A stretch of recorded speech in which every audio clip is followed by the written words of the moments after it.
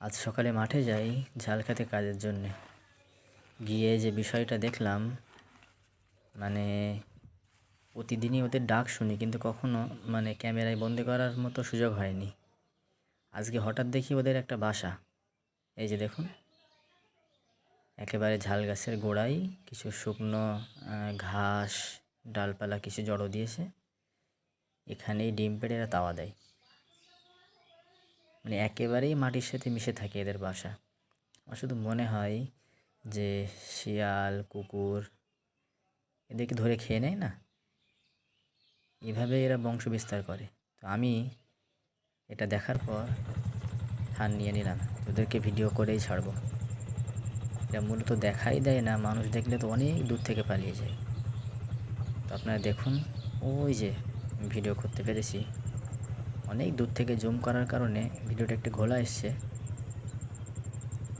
ওই যে দুটো পাখি এই যে আমার দিকে এগিয়ে আসছে। ওরা এখনও আমাকে দেখতে পায়নি।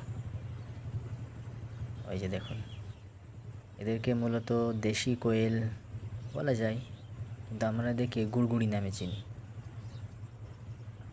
হ্যাঁ, মাঠে এরা ছোটো মাটিতে গুড়গুড় করে বেরিয়ে বেড়ায়। আর এদের ডাকটাও কেমন সে গুড়গুড় মতো, ওই জন্য হয়তো গুড়গুড়ি নাম দিয়েছে কেউ। ওই যে এগিয়ে আসছে। অনেক কষ্ট করেই ভিডিওটা করতে পেরেছি।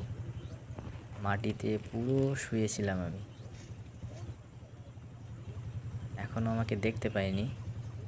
ওই যে আমাকে দেখে ফেলেছে। ওই যে পিছিয়ে যাচ্ছে,